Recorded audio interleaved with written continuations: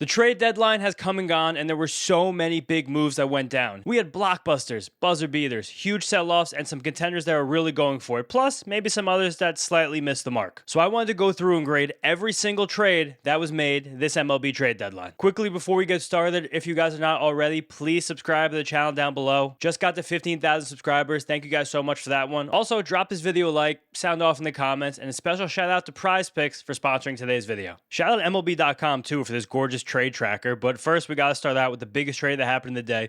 One of the most shocking trades I think that's happened in the last half decade in Major League Baseball. The Red Sox getting Adley, Rutschman, Jake Rogers, and cash considerations from the Orioles in exchange for prospects Anthony Ianson, Kyson Witherspoon, and Carr, plus their starting catcher Carlos Narvaez and a player to be named later. This trade was funny because it leaked out late morning. Red Sox fans were jumping for joy. Then when this return came out, I think the mood changed. Ianson genuinely has claimed to being one of the best pitching prospects in baseball. There's a big three in pitching prospects right now, and Ryan Sloan, Cade Anderson, Seth Hernandez. Those three guys are at the top. Rank them however you want to rank them. But Ianson could be the next guy at number 4. Witherspoon was the Red Sox most recent first-round pick. Some big-time stuff, but not a very good first year as a pro for him. And Carr is on a rocket ship, fast riser. The kind of look and feel as a prospect, a center fielder that can hit for power, hit for contact, run, stick in center field defensively. He has the type of profile where you could see him rising up to being one of the top prospects in the whole game in a few years. And even if that doesn't happen, probably still has a soft landing as a big league center fielder one day. Even just looking at the Orioles system right now on Fangraphs, Ianson slots in at the top as one of the best pitching prospects again in baseball. Carr snuck into the back of the top 100. He looks like a guy that could be on a rocket ship. Witherspoon is a little bit more down below, but this is such a massive return. I honestly think if you would take out Ianson, it would still be considered a solid return for Adley Rutschman. One more year of control. Again, back to being one of the better catchers in baseball, but this still feels like a ton. This is an A+ for me from the Orioles to get this return, and because the Red Sox have still upgraded their big league roster, got another bat, got a catcher, need the both of those. They still get a B-. I wouldn't really go lower than that for a buyer that got a lot better, but wow, Baltimore Orioles smashed it out of the park. Now go over here to the next trade. I like that these are ordered based on how important they were, but Phillies get Luis Arraez and Caleb Killian for Ramon Marquez and Marty Guerre. Marquez was also one of the most interesting prospects traded on deadline day. A righty that per Fangraphs has a changeup with a 70% whiff rate this year, a fastball that gets to the upper 90s. Another color thing that I think is decent. Usually these right-handed changeup first guys, they hit roadblocks as they keep getting to the upper minors, but Marquez has been so dominant with his changeup, I'm not sure if that happens. Again, you have to give something to get something. The Phillies got Luis Arraez. I'd love that in a vacuum, but the fact that they're reshuffling their entire team to do so, taking Bryce Harper, sending him back to the outfield, throwing Bryson Stott across the diamond from second to third base, position he's barely played as a pro, and then Alec Boehm is going to first base, another position he can't play while he still can't hit. That's a weird fit, even though Arraez is a good piece for them. I like adding contact into their lineup. And Killian has had a huge breakout season with the Giants. He was in the Cubs system as a starting pitcher. Really nice cut ride fastball, a good slider, and a good curveball. And I think he has 5 additional years of team control after this one. So all of that is pretty good. But in the end, I'm going to have to give the Giants an A- on this deal, and I'm giving the Phillies a B+. Now going to the next deal. Robbie Ray from Miguel Mendez and Joniel Hernandez. Robbie Ray really feels the need for the Padres, just needing any starting pitching depth whatsoever. And the biggest fears with Robbie Ray, as he's regressed stuff-wise in his older age, he just gives up a lot of hard contact in the air. That was really good in San Francisco because those balls would die and be caught. It's also really good for Petco Park, a place that's not too friendly to fly balls. So again, I think the home run problem will be mitigated in Petco. Miguel Mendez also interesting prospect. A lot of breakout potential, upper 90s fastball, wipeout slider. Has never really gotten the command together, but someone I'm incredibly intrigued by. This to me just lines up as a very fair trade. I'm going to call this one a square-ass deal. A deal where both teams walk away feeling really, really good about themselves. I feel like there's going to be a lot of square-ass deals as we keep moving down this video. But quickly, guys, before we get to that next trade, a quick word from today's sponsor. PrizePicks, America's #1 sports picks app, has an incredible brand new offer that I can't wait to share with you guys in just a second. But first, if you're not on PrizePicks yet, here's why you should be. First up, the app is super easy to use. You just pick more or less on a few player stats, lock your lineup, that's it, you're in. Or would you rather just pick teams? Because PrizePicks has that now too. Just pick the winner, spread, or total on any game or fight. And I'm in the worst cold streak of my entire season right now. I'm playing this lineup on Monday, then I have this one going on in the late games too, just to try to shake myself out of anything here. And if you guys want to keep up with me in the PrizePicks app, just follow me, my username right down there. But now, back to that big brand new offer. Play your first $5 on PrizePicks, and if you win, you get $150 worth of lineups. All you have to do is click the link in my description, download the PrizePicks app, and sign up with the promo code HMA. That's the promo code HMA, and boom, if you win your first $5 lineup, you'll get $150 worth of lineups. And remember, PrizePicks is available in most states: Florida, Texas, California, New York. So it's time to lock in. Download the PrizePicks app and sign up with the promo code HMA, where if you win your first $5 lineup, you get $150 worth of lineups. But please, guys, make sure you only play if you know you can do so responsibly. But now moving on to the next trade. The Blue Jays get Jose Soriano and the Angels get Arjun Namala, Eddie Micheletti, and Angel Rivero. This was one of the most fun trades of the day. I'm already going to tell you guys at the top, square-ass deal. Jose Soriano is going to be a fantastic mid-rotation guy for the Blue Jays. I don't know if Jose Soriano ever really gets into this ace frontline starter potential, but as a guy with an above-average strikeout rate, with a well-above-average ground ball rate, with a few really good secondaries, with big velocity, with a great sinker, the Blue Jays have amazing professional pitching development. They're going to help him possibly add something else to his repertoire, definitely help him with sequencing, play much better defense behind him than the Angels are doing for such a heavy ground ball guy. With 2.5 years of team control, I'm almost positive it's 2.5 years of team control. I'm going to double check that on Spotrac really quickly. Jose Soriano, I think it's 2 years after this one now with the Blue Jays. Yeah, 2 years after this one, 2 years of arbitration. This just feels like a guy next year is going to have a 3.5 ERA and a 1.1 whip while eating 170, 180 innings. Just a perfect get for a team that's trying to retool on the fly and still compete next year. But they gave up Namala to do it. Namala's probably something like between the 25th and the 50th best prospect in baseball. Came very, very raw to the Blue Jays out of the draft. They've slowly developed him. The power is incredibly real. Big tool for Namala. The defense looks like it's very real at shortstop. Those two things right there, again, gets you really locked into that top 50, 40, 30 prospect range. And the fact that his hit tool has made huge strides forward, he looks like someone that will be better than the average shortstop in Major League Baseball as he keeps developing. Micheletti also has a decent plate approach and pulls tons of his fly balls. Awesome return for the Angels on this. Square ass deal. Very fair all around. Love both of those. Now moving on, another starting pitcher trade for the Padres. They get Casey Mize and Gage Workman. Fun utility infielder type for their bench, which they desperately need, for left-handed pitcher Cash Mayfield and left-handed, I think now reliever Jackson Wolf. This was a buzzer beater. I don't know what the Tigers were doing after trading Tarik Skubal a few days ago and then just sitting on the rest of their rentals until like 5:55 on Monday afternoon, but getting off Mize was big, and the Padres getting Mize was big. Another guy, big strides forward this year, developing a slider to go along with a splitter to now have two separate out pitches and one in the slider that can be better against right-handed batters. To jump into a rotation that desperately needed infusion, just to show you guys what the Padres rotation looks like now compared to what it looked like a few days ago, it was pretty brutal over there.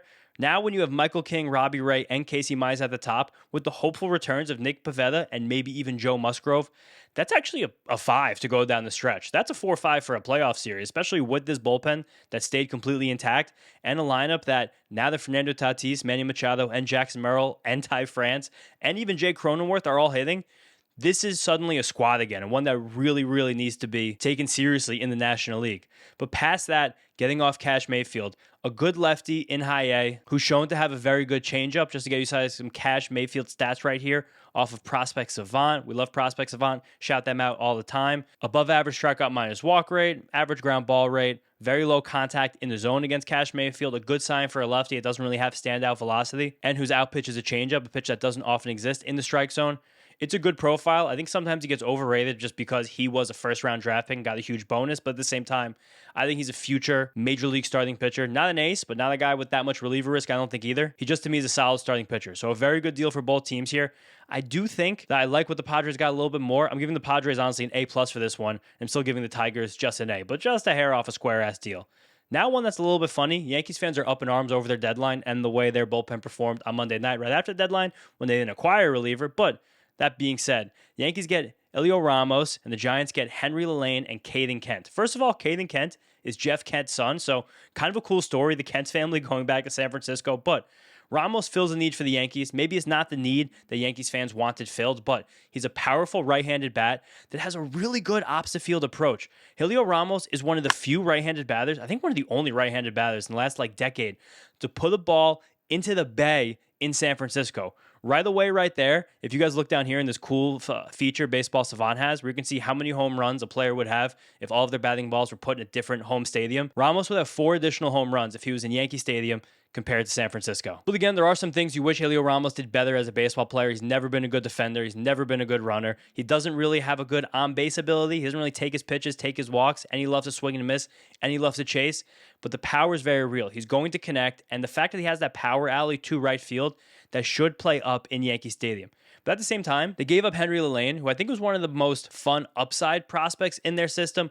A lefty who's dealt with some command issues. He's dealt with some injury stuff. He's really gotten back on track this year, and there's definitely a skill set to dream on. But again, Ramos has 3 additional years of control. The Yankees' upper minors is kind of devoid of true major league caliber position players. I still like Jason Dominguez, but it's fair to have a lot of questions at this point, and Spencer Jones is kind of more of a novelty player, I think, at this point. Ramos slots in as someone who's going to be able to play the outfield for the Yankees for years to come and hit for power in that ballpark. I really like what they got there. That's an A for me for the Yankees, and probably just a B for the Giants. Again, Lane is the high-risk, high-reward pitcher. I don't know if I trust him to develop him, and Kent looks like it'll be a solid major league depth as a shortstop. Moving along now, another kind of a buzzer beater. Last half hour of the deadline, Diamondbacks get Lars Nootbaar as they desperately needed a left-handed outfielder. Max Kepler's been starting for them. And the Cardinals get right-handed starter Daniel Egan. I guess they used to watch Veep, and left-handed pitcher Sandro Santana, plus a player to be named later. Santana is a fun relief prospect. A lefty with a good fastball slider combo, misses tons of bats. Egan looks like he's a guy that could be a back-end starter. I don't know if I'll guarantee he's that, but does look like he's profiling towards that. I do like what the Cardinals have been doing with their pitching development this year. I think this is a really classic square S deal. Nootbaar has 1 more year of control. He's producing really well, but he's always been injury prone. He's never really been able to let the production match all the amazing underlying stuff. And once again, with Lars Nootbaar, as there always is, there's tremendous underlying stuff here. Where's Lars Nootbaar, a StatCast king? But again, the fact that he's not Max Kepler and he's going to start every day for a Diamondbacks team that sat on their hands until the very last moment. And I'm seeing a Nootbaar only does 680 OPS again this year. Yeah, so again, square S deal. Nootbaar's never really been able to take this StatCast page onto the field in a consistent way with him ever, but the Diamondbacks didn't really give up any of their big-time prospects of note. So you fill a hole right there, give another team something back, square-ass deal. One of my favorite deals of the deadline next, Jo Adell for Jacob Cozart. This is an A+ for me from the Guardians, and probably like a B-, C+ return from the Angels. I know Adell has his faults, and probably realistically is a right-handed DH option at this point, but the Guardians just need to add a little bit of pizzazz to their position player group, especially their outfield group. And Jo Adell has the kind of batted ball metrics that have trended up really, really well since the beginning of May when he started off the season really cold to be a guy who I think can just get hot and launch home runs for them as they really need another power option in that lineup. So I think for me, this is, again, A+ from the Guards and like a B-, C+ from the Angels. And Jacob Cozart is defensive first catching prospect. Fine, that's good. The Guardians have tons of those in their organization already. Okay to trade off that. Now here, Mariners get Taylor Ward. Orioles get Alex Hoppe, Harrison Creeling, and Brock Moore. Looking into these guys, didn't really see a ton that's super interesting. Hoppe looks like a major league reliever. The other 2 guys, it's going to be a wait-and-see approach. But Taylor Ward, again, fills a desperate need for this team. Really needed right-handed hitting outfielder to mix in with Canzone and Luke Raley. Victor Robles can't really hit. The Mariners just need something good to happen. I guess this is enough to make something happen for them. Even still, it's a little bit of a sleepy move for a team that had a sleepy deadline and has had a sleepy season so far. So it's a B for me from the Mariners. But the Orioles get a C for a bit of an underwhelming return for one of the few, I thought, reliable right-handed hitting outfielders on the market. Next, trade that came close to home for me. The Mets give up Clay Holmes and Tyrone Taylor for third baseman shortstop prospect Jefferson Rojas. On paper, this was the best prospect the Mets got at this deadline in their massive sell-off. Where through the last few weeks, they shed like 30% of their active roster, and they only did so by giving off rentals in Clay Holmes and Tyrone Taylor to do it. Holmes is going to be a solid starter. The Cubs needed solid starters. They got a few of them this deadline. But Rojas really flashes to me. Some advanced data on Rojas. That little birdie told me a 104 mile per hour, 90th percentile exit velocity, a very high in-zone contact rate, a very high hard hit rate, and a very low swing and miss rate at AA with the Iowa Cubs, as he's played more third base lately than shortstop. Again, I think he's a little bit overrated right now on a lot of public lists. I think Pipeline has him in their top 50, which I would slow the roll just because if the Cubs aren't consistently playing him at shortstop in AA, he seems to be profiling more like a third baseman / second baseman, which is fine because I still think the bat is good enough to carry him. I am curious about him as much of a free swinger as he is, if maybe at some point he ever kind of curtails off that, tries to be a bit more selective, but he seems to know how to identify the pitches to go after. As we wait for prospect Savant to load here, can pull the ball in the air, doesn't strike out very much, still walks a good bit while being the free swinger that he is. Lots of swings in the zone, lots of contact in the zone, not a very high swing strike rate at all. Chasing a good bit, but when that chase rate's down there in this zone swing and zone contact are up here, I don't really care that much. Above average across the board for the level while being young for the level. definitely a guy that should be considered the top 100 prospect and a really nice pull for the Mets, who really need to add just some infield depth to their system. I think I'm going to jump around a little bit now. I like the Liam Hicks, Foster Griffin, Luke Weaver trades. We're going to get to all those. But I also want to give some shine to the trades that happened a couple days ago that were really, really big and really deserve a lot of attention. Mainly this one right here. The Cubs getting Kevin Gausman and the Blue Jays are getting Brett Bateman and Ty Southesine in return. This was an amazing trade for the Cubs. Kevin Gausman, I know he's had a bad month, and I know there's definitely some questions about him and his age and everything going on right now. This is perfect for them. They need the guy that could flash like a frontline pitcher just to get them over this hump in the regular season, hopefully be able to take the ball in game 1 or 2 of a playoff series. Gausman is that, battle-tested. The splitter is still nasty. The walks are in a bad way right now, but I think that's just because sometimes he loses command of that fastball. Once he finds it back and gets back in one of his grooves, he'll be good. And Cubs have an amazing defense, infield and outfield. The Blue Jays did as well, but not really getting any return here still hurts their grades for me. I think they think Brett Bateman, who is a defense, speed-first center fielder, can contribute to them next year. Ty Southesine, not the same caliber of his brother in the Braves organization, looks like a depth infielder. This to me is an A+ for the Cubs, and just a C for the Blue Jays, because it was really about money more so than getting players back. Dissimilarly, Freddie Peralta to the Rays, and the Mets getting outfielder Aiden Smith, pitcher Gary Gil-Hill, and second baseman Emilien Pitre of French Montreal. But there was a lot of talk going into this deadline about Freddie Peralta's depressed value, and it turns out the Mets got a pretty nice return for him. Aiden Smith is the highest publicly ranked player in this list.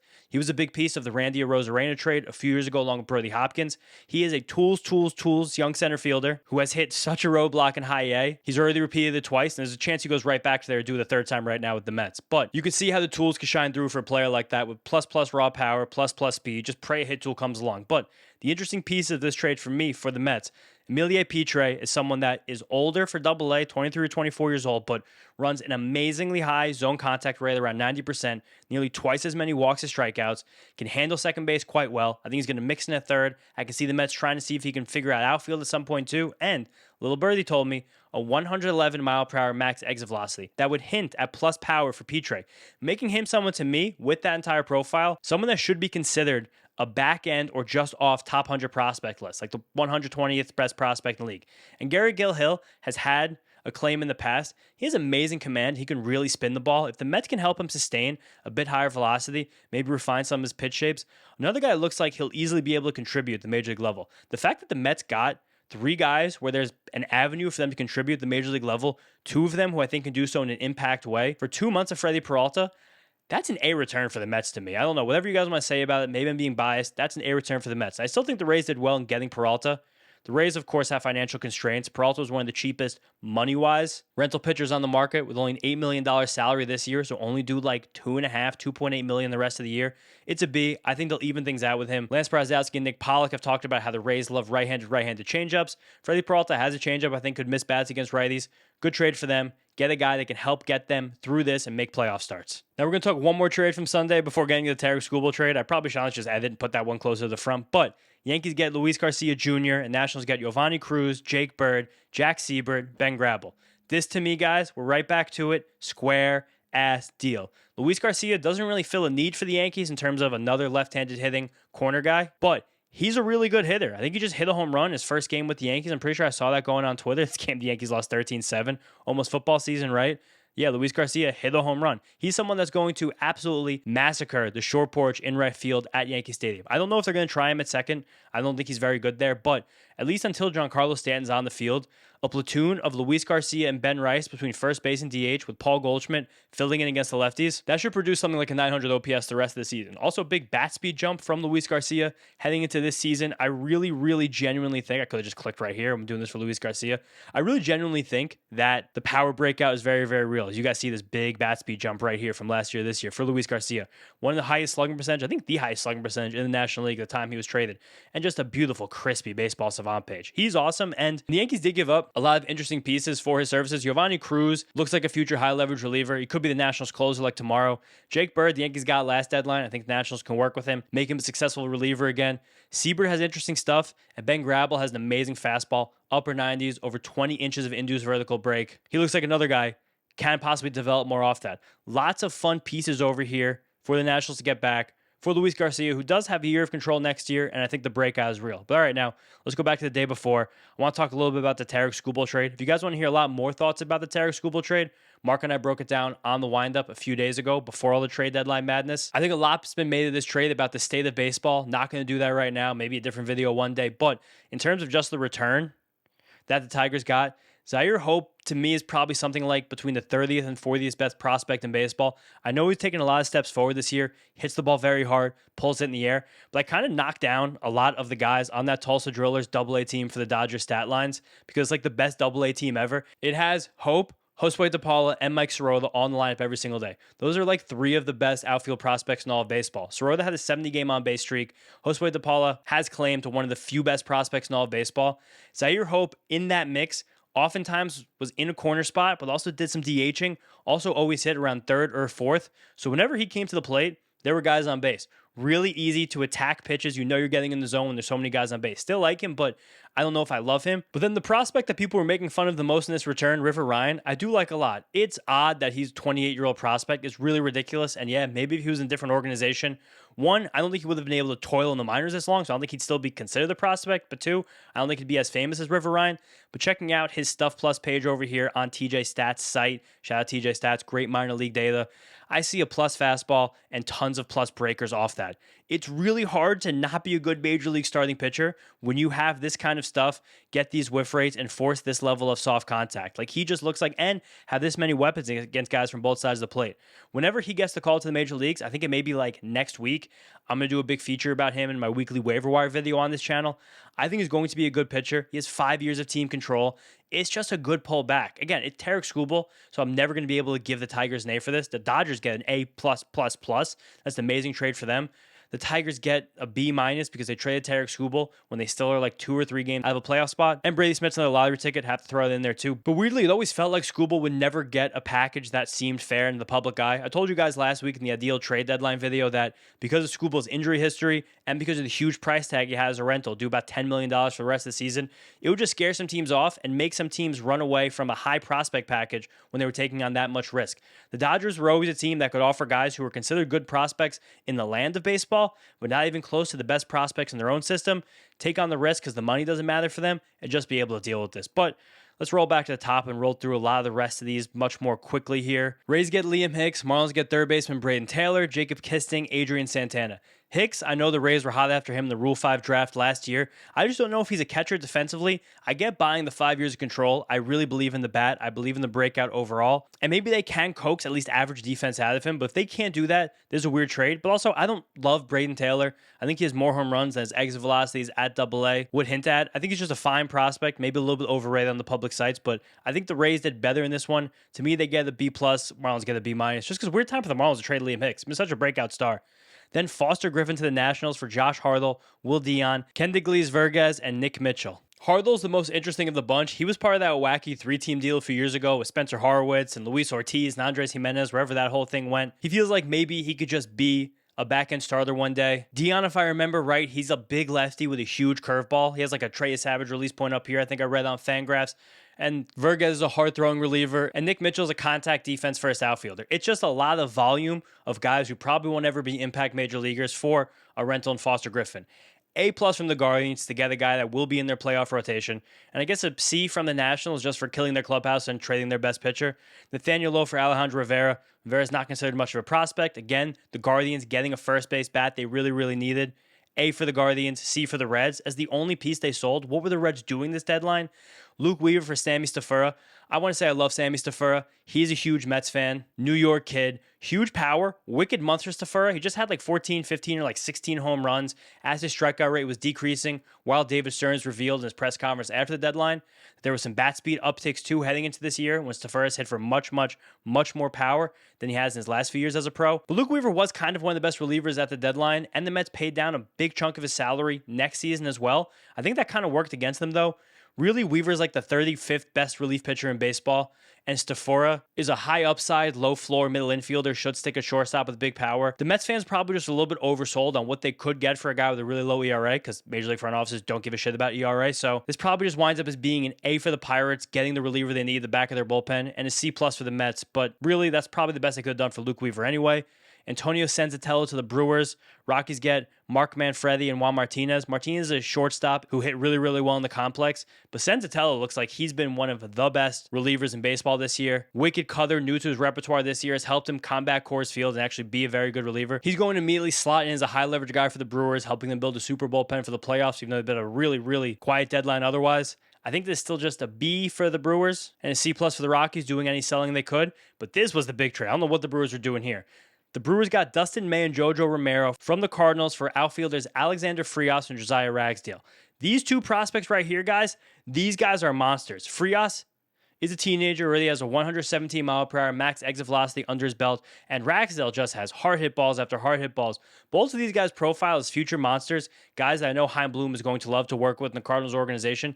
And Dustin May and JoJo Romero, good pitchers. I think the Brewers are going to get the best out of Dustin May, help him optimize his color a little bit, work with the sinkers and the sweepers. He profiles just like a Brewer. And JoJo Romero, very good lefty reliever. But these guys are both rentals, and these two are both freaks. This was the rare A+ by the Cardinals here as sellers, and just a C for the Brewers, because they got guys that are going to help the Major League roster, but I don't know what they were thinking. Next, we have the Astros getting Dalton Varsho in exchange for Spencer Arrighetti. I don't know how much team control Spencer Arrighetti has. Let's find that for a second. So I think that's going to be a big deal in how this trade is graded. Arrighetti, where is Spencer Arrighetti? Yep, to the Blue Jays.